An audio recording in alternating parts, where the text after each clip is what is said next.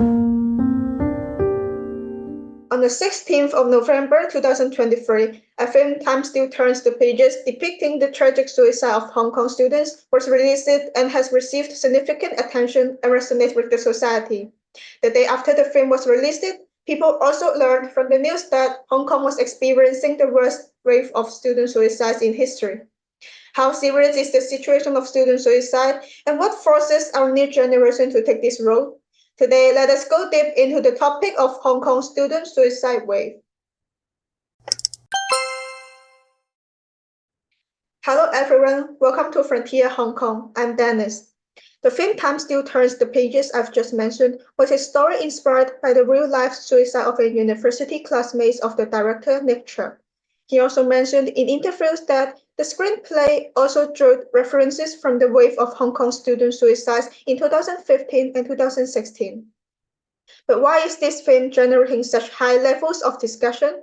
Apart from the fact that the film itself is a sensitive issue, more important is that it reflects a severe social phenomenon in Hong Kong in recent years. The number of student suicide cases has been increasing each year, yet over the years, the government has not taken practical actions to address the issue. Coupled with the increasingly oppressive social atmosphere after the 2019 anti-extradition bill protests, this film, which is close to reality and carries ironic significance, therefore resonates even more with the public. In mid-November, the HKJC Center for Suicide Research and Prevention cited police figures, stating that as of November 8, 2023, there were 306 recorded cases of student suicide, with 37 resulting in death and the others being suicide attempts. Among these 306 cases, less than 40% received social welfare follow-up beforehand. Hong Kong Free Press has also cited an annual assessment conducted by the Department of Health, stating that 3.7% of secondary students has planned to kill themselves and 1.6% saying that they had attempted to do so. It is necessary to note that the suicide rate among school children in Hong Kong has remained high for many years, and in 2022, the suicide rate for teenagers aged 15 to 24 reaching a new high of 12.2, meaning that 12.2 individuals in this age group died by suicide per 100,000 population. This represents a significant rise from 2014 when it was 6.2 per 100,000. Over the 8-year period, the suicide rate among Hong Kong adolescents has nearly doubled. When compared to the World Health Organization's standardized global suicide rate of 9.0 in 2021, the situation in Hong Kong is indeed a cause for concern.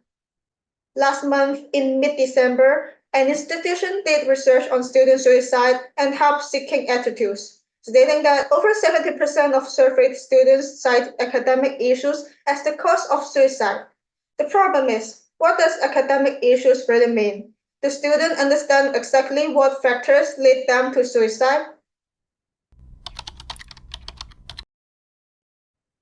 Dr. Y. Yong Lee, as the former director of the Hong Kong Family Research Institute, stated that many of the suicide cases were not influenced by external factors, but were related to family entanglement. When conflicts within the family, especially between parents, are not resolved and continue to affect the lives of children, tragic events may then occur. Many times, parents' unhappiness can affect children, but parents themselves may not be aware of it, thinking that their children's faults are just not mature enough. However, not mature enough is exactly the reason why children cannot handle their emotions. Even small things like not finding classmates to form a group for project can be enough to plunge them into anxiety and frustration. Plus, as the divorce rate continues to rise, divorced and single-parent families have become more common in Hong Kong. However, it is often children in families where parents argue frequently but do not divorce who are more likely to contemplate suicide. This is because, despite the appearance of a seemingly happy and intact family life, students are actually experiencing daily stress from their parents' relationship and may even be treated as a target for their parents to vent their anger. Mentioning the impact of the family on students certainly involves discussing the concept of elitism in Hong Kong. Nowadays, almost all Hong Kong school children are enrolled in different language or talent classes from a very young age.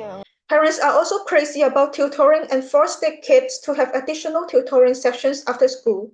It is too common for Hong Kong students finishing all classes and homework at midnight. The society urged every child to be equipped as early as they can so that they can have excellence in academics and also proficiency in various talents for future competitiveness. Parents often believe they are showing love for their children and planning for their future, but they completely overlook the feelings and mental health of the children. This is why many suicide cases involve students who excel academically. When parents only focus on grades and scores, who cares about how students feel? In the aftermath of the pandemic over the past 3 years, students are now required to readjust to normal campus life, including attending in-person classes and re-establishing relationships with classmates and teachers. They also have to catch up on academic progress that lagged due to online classes and suspensions.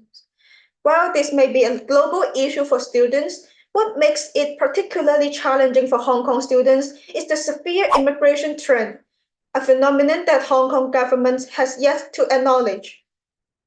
Since the 2019 protests, the Chinese government has continuously strengthened its control over Hong Kong, culminating in the implementation of the National Security Law in July 2020, leading to the arrest of numerous citizens, former lawmakers, journalists, and more. The entire society not only stagnated due to the pandemic, but also fell into a state of despair after the failure of the social movements. In the short span from mid-2019 to mid-2022, Hong Kong saw a net outflow of population reaching a staggering 232,000. Many of these immigrants are families with school-going children and numerous professionals, including experienced teachers. In the academic year 2021 to 2022 alone, 4,050 school teachers resigned across Hong Kong. This means that, on average, every school had more than 7 teachers resign in just 1 year. The impact on Hong Kong students is considerable. Instead of experienced teachers assisting students in adapting to post-pandemic learning, Hong Kong's youth face the disintegration of friends, teachers, and peers daily, making campus life under double pressure even more challenging. Particularly alarming is the fact that the average age of high school students who died by suicide is 15 to 16 years old, precisely when they enter high school and begin to engage with societal issues. This emphasizes the heavy pressure they are under, combined by an inability to cope with their emotions, making suicide a perceived method of liberation. These are the main factors explaining why student suicide after pandemic in Hong Kong is much more serious than any other countries. It is not always academic issues that kill our students, but the complex interplay of family, school, and most importantly, the society. So, faced with the large-scale media reports and the number in front of us, what has the Hong Kong government done to help these overwhelmed young people? Firstly, in November, the Education Bureau released a report titled Cultivating Mental Health Literacy to Foster a Caring School Culture. In it, they proposed launching the More Care, More Happiness initiative. The report suggests ideas such as setting up mental health corner at schools to provide students with a relaxing space and reviewing student workload and break times. The proposal that caused the most dissatisfaction among the public was encouraging teachers and students to make caring gestures, such as heart-shaped and supportive gestures on a regular basis. Here's what is written in the report.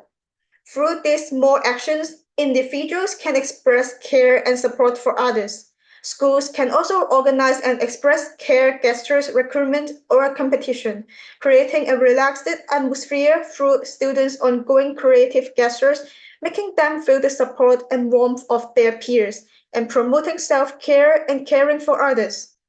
Do our education bureau officials really think simple gestures like making heart shapes can deter suicidal thoughts? Does a loving gesture or shouting encouragement to someone who has already climbed over a railing prevent them from jumping? Furthermore, On the 1st of December, the government announced in a press release that it would initiate a three-tiered school-based emergency mechanism to address the recent issue of student suicides. They stated that the mechanism aims to help schools identify students with higher suicide risk early and provide appropriate support to these students as quickly as possible, thereby building a stronger safety net for them. The first tier of this mechanism requires the school's interdisciplinary team to jointly review the situation of students with mental health needs and provide timely assistance to those with higher suicide risk. The second tier involves the government arranging support and counseling from external teams for students. And if the situation is severe, the third tier is activated, with the hospital authorities' psychiatric service taking precedence. Unfortunately, this measure is also akin to a mere formality because the mechanism falters at the first tier. Experienced teachers who should serve as the umbrella for student protection could identify at-risk students based on their expertise and provide early assistance. However, many young teachers lack experience and find it challenging to detect students with mental health issues. By the time students are discovered, the situation may have become very serious, possibly even too late to prevent suicides. Additionally, due to the national security law and various political pressures, teachers often have to be extremely cautious with their words to keep their jobs, making it much more difficult to build relationships with students. In fact, the three-tier mechanism was proposed back during the 2016 student suicide wave, but inadequate staffing in the first two tiers resulted in cases requiring attention not being handled properly. By the time they could be referred to medical institutions, the students' conditions were already critically severe. Reintroducing a measure that has been proposed but failed without any review will only make the public feel how little the government pays attention to the issue of student suicide. While student suicide problem remains unresolved, the Education Bureau has further brought politics into campuses by introducing a new subject from next school year, which means Hong Kong school children will start learning about the national security law from the age of 8 or 9. A member of the Legislative Council questioned that the current education system is too focused on national education and ignores mental health education. However, let us have a look on how the Secretary for Education responded. In fact, national education and patriotic education are also very important parts of healthy values. They are also very important for students' self-understanding, personal identity, and sense of social connection. Students can increase their sense of mission through national self-confidence and have more ambitious dreams, which is helpful for students' healthy growth. Well, there's a reason why Hong Kong people don't want to have children. Listening to all these struggles faced by Hong Kong students in reality, when we revisit the plot of Time Still Turns the Pages, it is not hard to understand why the theme of student suicide has resonated so strongly in this city. High parental expectations, constant negation, coupled with a high-pressure education system. Student suicide is not merely a matter of dealing with stress, but a result of a complex interplay of factors involving schools, parents, and societal pressures. In recent years, the atmosphere in Hong Kong has been somber. Faced with endless political oppression, discussions in society invariably revolve around immigration and dispersal. The entire community is in a negative state, with young people simultaneously absorbing various negative societal issues. They must also readjust to academic life post-pandemic. Not knowing how to handle their emotions and lacking the ability to seek help, they may feel hopeless and resort to suicide. The government's response has been sluggish, and the measures implemented are often impractical. When officials provide absorbed responses to the issue of suicide, one wonders how many more tragedies will occur in the so-called beautiful new Hong Kong, protected by the national security law. Thank you for watching this episode. Frontier Hong Kong will work hard to produce more videos about the current Hong Kong. See you next time.